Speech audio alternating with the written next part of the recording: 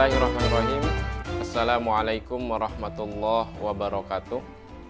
Alhamdulillah wa syukrulillah wassalatu wassalamu ala rasulillah wa ala alihi wa sahbihi wa man wala wa la hawla wa la quwwata illa billah, amma ba'du. Hadirin kaum muslimin, para pecinta ilmu rahimakumullah, syukur alhamdulillah kita bisa bersua kembali pada kesempatan ngaji ilmu Masjid Jami As-Surur Telaga Kahuripan, masih dalam tema besar konsep ilmu dalam Islam. Dan pada pertemuan ketiga ini atau pertemuan terakhir pada tema besar konsep ilmu, kita akan membahas tentang buah dari ilmu. Setelah pertemuan sebelumnya kita mengkaji tentang klasifikasi ilmu dalam Islam, urgensi dan urutannya, maka pada kesempatan ketiga kali ini kita akan membahas buah dari ilmu. Karena di awal kita sudah membahas bahwa prinsip dasar ilmu dalam Islam adalah berilmu mesti didasari iman, beriman harus disertai ilmu, dan berilmu mesti berbuah amal. Nah, sekarang buah ilmu itu apa?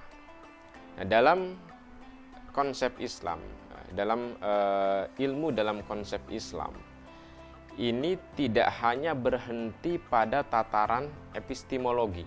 Kalau kita meminjam ranah kajian dalam filsafat ilmu, ada ontologi, epistemologi, dan kemudian yang ketiga adalah aksiologi. Jadi dalam Islam ilmu itu dibahas dengan komprehensif sampai pada tataran aksiologi. Apa manfaat dari ilmu itu? Apa buah dari ilmu itu? Tentu yang diharapkan dari para penuntut ilmu, para pengkaji ilmu, yang kemudian akhirnya menjadi seorang alim, atau bahkan mungkin al-alamah, yang menguasai banyak disiplin ilmu, harapannya adalah kebermanfaatan, harapannya adalah kemaslahatan. Nah, maka mari kita kaji apa buah dari ilmu menurut perspektif Islam. Secara garis besar, buah dari ilmu dibagi menjadi dua. Yang pertama adalah saqofah, yang kedua adalah hikmah. Saqofah adalah knowledge, pengetahuan, ilmu pengetahuan. Jadi ketika seseorang belajar, mengkaji ilmu, menuntut ilmu, mendalam ilmu, kemudian dia menjadi seorang alim, orang yang berilmu pada satu disiplin keilmuan, atau bahkan al-alamah, orang yang menguasai berbagai disiplin keilmuan, namun pengetahuannya itu, keilmuannya itu tidak banyak memberikan kebermanfaatan bagi umat, bagi tegaknya agama Allah, bagi kejayaan Islam, bagi dakwah Islam, bagi kesolihan masyarakat. Bahkan malah keilmuannya itu, knowledge-nya itu, pengetahuannya itu digunakan untuk hal-hal yang merugikan, hal-hal yang bisa menimbulkan kebingungan pada tubuh umat, perpecahan pada tubuh umat. Ini ketika buah dari ilmu sebatas saqofah. Jadi sebatas epistemologi. Kalau dalam filsafat Islam, filsafat ilmu, sebatas epistemologi. Dia menguasai, dia kompeten dalam ilmu, tapi kebermanfaatannya tidak ada, atau kalaupun ada sangat kecil. Inilah yang kemudian diingatkan oleh Allah untuk kita semua. Khitabnya waktu itu yang diingatkan adalah para ahli ilmu Bani Israel, rabi-rabi Yahudi, para pendeta Nasrani. Tapi tentu ini menjadi pelajaran dan peringatan bagi kita, umat Nabi Muhammad ini, agar jangan seperti ahlul kitab, jangan seperti Bani Israel. Di surat Al-Jumu'ah ayat 5 Allah mengingatkan masalul ladzina humilut taurata summa lam yahmiluha kamasalil himar yahmil asfara. Jadi orang-orang yang sudah diberikan ilmu oleh Allah, ilmu Taurat, pemahaman dan penguasaan terhadap Taurat, namun kemudian dia tidak mengamalkan, mereka tidak mengamalkan ilmunya itu, bukan semakin mendekatkan diri kepada Allah, takut kepada Allah, semakin taat kepada Allah, semakin memberikan kebermanfaatan bagi umat, jalan hidayah bagi umat, tapi justru ilmunya itu malah membuat mereka, para rabi Yahudi itu, mengingkari ayat-ayat Allah, durhaka kepada Allah, berani menentang Rasul Allah. Maka diperumpamakan oleh Allah, orang-orang yang berilmu seperti itu, kamasalil himar yahmilu asfaro, seperti keledai yang memikul kitab-kitab di punggungnya. Jadi bisa dibayangkan, keledai itu binatang yang, mohon maaf dungu. Maka betapapun banyaknya kitab-kitab yang dipikul oleh keledai, dia nggak ngerti, nggak paham apa yang dipikulnya itu. Jadi luar biasa, ini peringatan dari Allah luar biasa. Betapa kalau kita asosiasikan dengan konteks sekarang, profesor doktor, profesor doktor, guru besar, yang ilmunya banyak, memikul buku-buku ilmiah di pundaknya, tapi kemudian keilmuannya justru semakin membuat dia berani kepada Allah, menentang agama Allah, membuat fatwa-fatwa yang keliru, yang menyesatkan umat, memecah belah umat dan seterusnya. Maka di sisi Allah nilainya tidak lebih seperti seekor keledai. Luar biasa. Profesor doktor analogikan dengan seekor keledai. Ini kan luar biasa. Kenapa begitu? Karena ilmunya tidak menghadirkan kebermanfaatan. Jangankan bagi orang lain, bagi dirinya sendiri saja tidak. Kan harusnya kita sudah bahas di pertemuan sebelumnya, ilmu itu nggak bisa dilepaskan dengan Al-Alim, sang maha pemilik ilmu, sang maha pemberi ilmu. Jadi semakin berilmu seseorang, harusnya semakin dia dekat dengan Allah, mengenal Allah, takut kepada Allah. Harusnya begitu.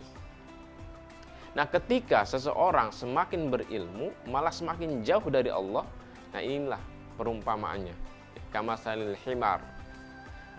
Kenapa para ahli ilmu Yahudi itu dianalogikan oleh Allah seperti keledai? Karena mereka kerjaannya adalah yaktubunal kitaba bi aidihim wa yashtaruna bi samanan qalila. Mereka faham Alkitab, mereka faham Taurat, tapi Taurat itu diubah-ubah oleh tangan mereka. Yaktubunal kitaba bi aidihim. Kemudian apa motifnya, tujuannya? Menjualnya dengan harga murah. Bikin fatwa yang menyimpang, bikin fatwa sesuai dengan kepentingan. Untuk apa? Harta dunia, untuk jabatan pangkat. Nah, maka kata Allah, betapa buruknya orang-orang berilmu yang seperti ini. Inilah ketika buah dari ilmu sebatas sakofah, knowledge, pengetahuan.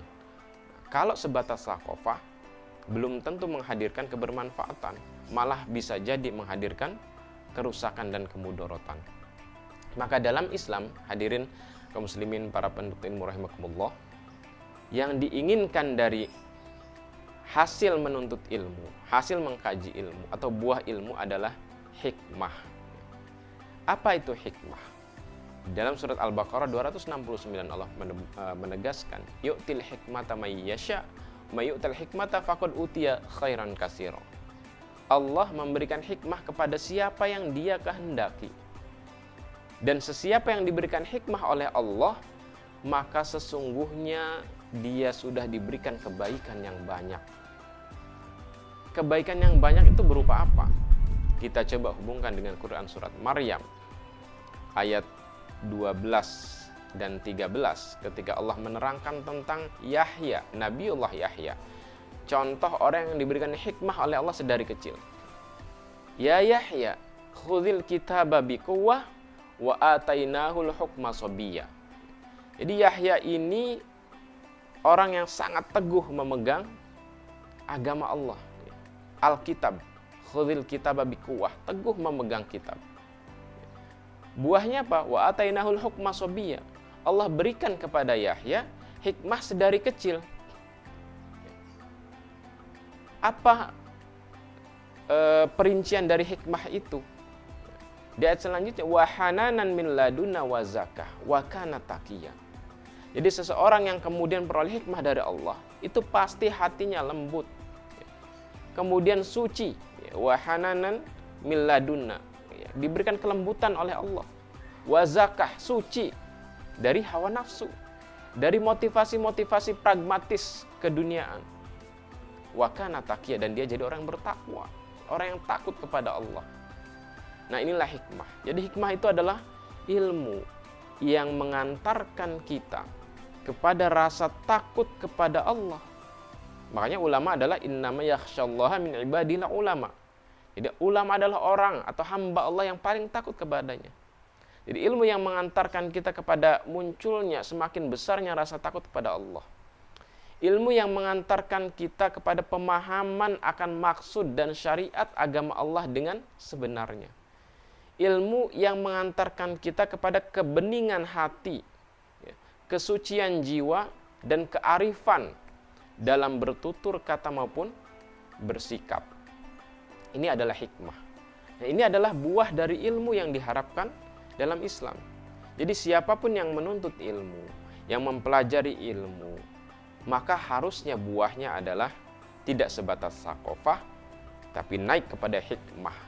Karena hikmah pasti kebaikan demi kebaikan. Faqad utiya khairan katsira. Hikmah itu banyak sekali kebaikannya. Hati yang lembut, suci, dan pribadi yang bertakwa. Maka dengan hikmah itu sudah pasti akan memberikan kebermanfaatan, kemaslahatan yang besar bagi umat.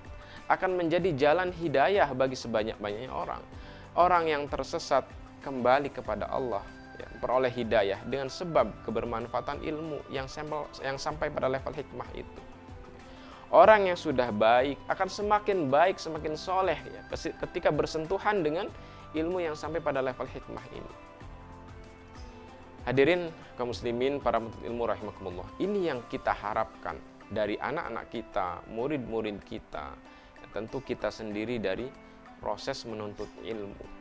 Karena itulah yang akan mengantarkan kita kepada derajat ulama, orang yang takut kepada Allah, orang yang ilmunya semakin mendekatkan diri kepada Allah, semakin tunduk patuh kepada Allah, taat kepada Allah, lalu menebarkan maslahat manfaat yang sebesar-besarnya bagi umat, bagi dakwah Islam, bagi kejayaan Islam. Karena itulah, untuk sampai kepada hikmah ini secara garis besar, sebagai sebuah simpulan dari pertemuan kita, dari pertemuan pertama, kedua, dan ketiga ini, tidaklah mungkin kemudian kita dalam proses menuntut ilmu itu akan sampai kepada hikmah kecuali dengan mempraktikkan 3 kunci keberhasilan dalam menuntut ilmu menurut perspektif Islam.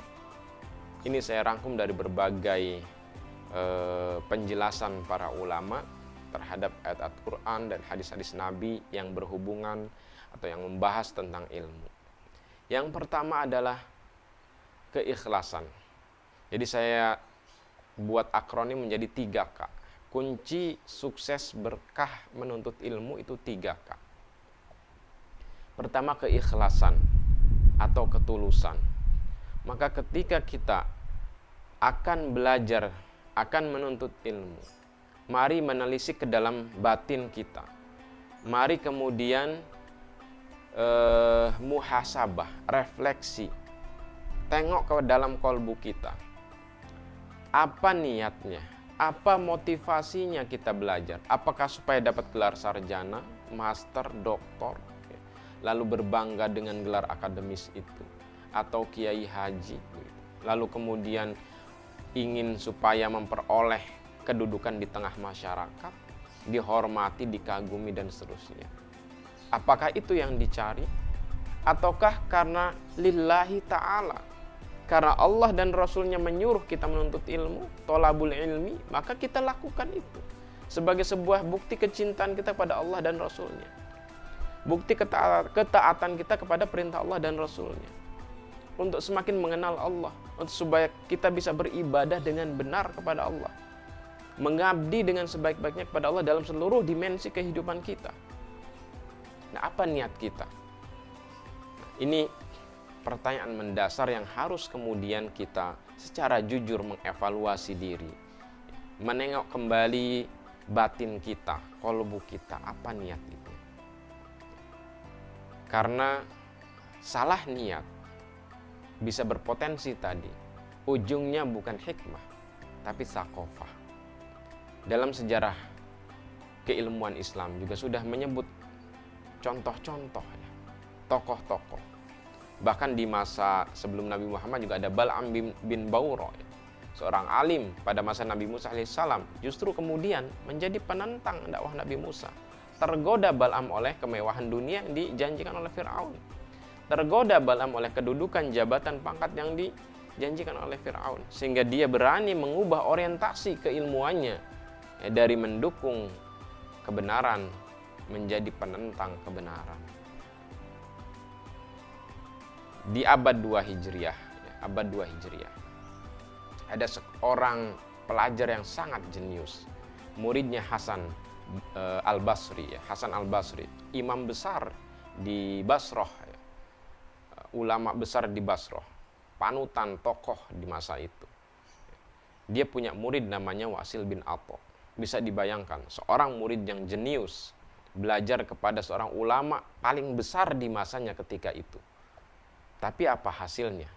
Kita mengenal Wasil bin Atha sebagai pencetus aliran Mu'tazilah.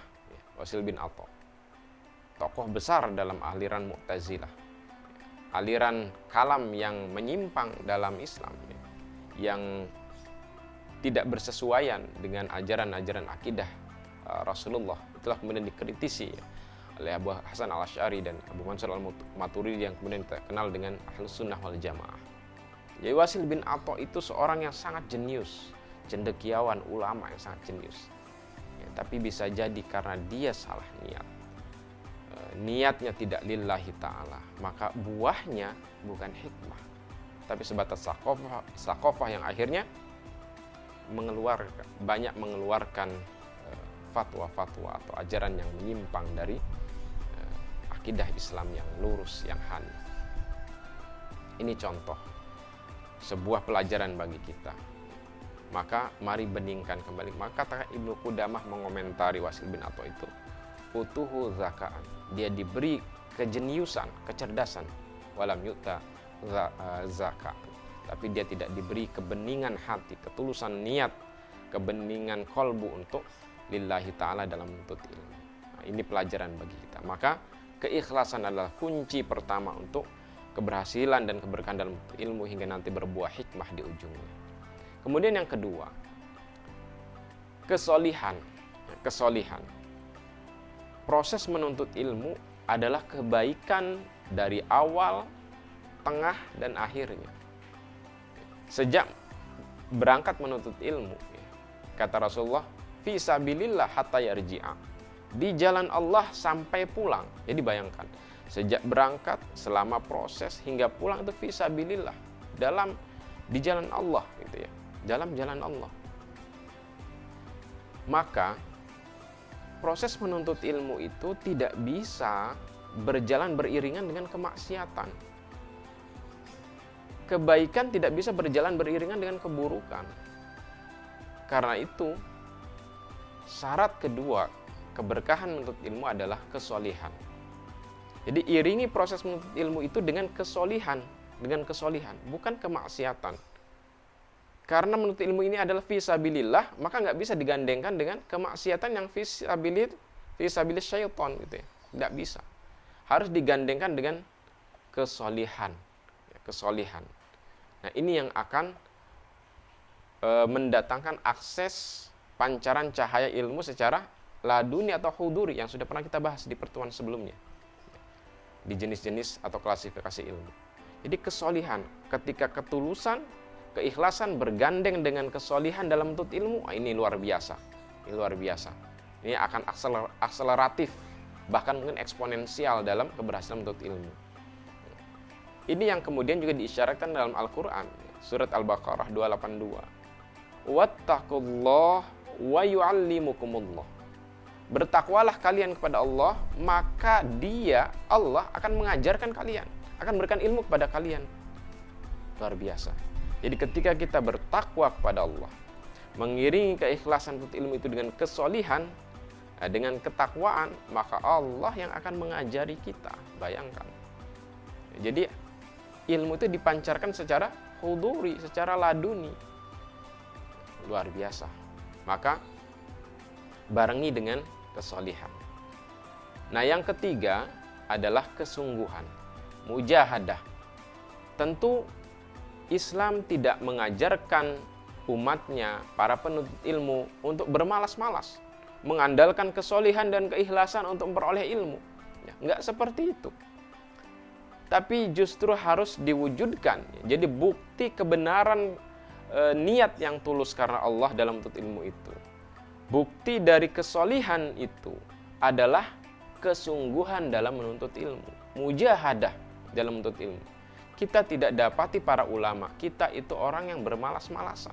Tidak pernah kita dapati.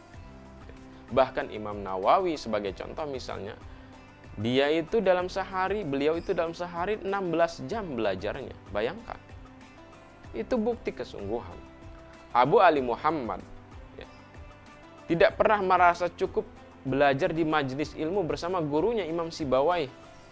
Hingga beliau, Abu Ali Muhammad ini, sampai selalu setiap subuh, menjelang subuh, itu sudah standby di rumah gurunya, menunggu ketika gurunya keluar untuk sholat subuh di masjid, sholat subuh berjamaah di masjid. Karena jarak rumah dengan masjid itu cukup jauh, rumah Imam Sibawai ke masjid itu cukup jauh, Abu Ali Muhammad itu memanfaatkan jarak itu untuk menggali ilmu dari gurunya. Coba bayangkan. Maka setiap subuh dia sudah sebelum subuh dia sudah standby di rumah gurunya. Gurunya keluar, jalan bareng ke masjid, di perjalanan itu yang cukup jauh itu dia tanya terus ilmu kepada gurunya. Mujahadah, kesungguhan. Maka sampai-sampai Imam Sibawai menjuluki muridnya itu Kutrubul Lail, binatang malam. Kamu ini sebelum subuh udah nongkrong di depan rumah saya setiap malam. Kayak binatang malam aja, Kutrubul Lail. Jadi sampai segitunya. Ini bukti kesungguhan menuntut ilmu. Inilah 3K inilah.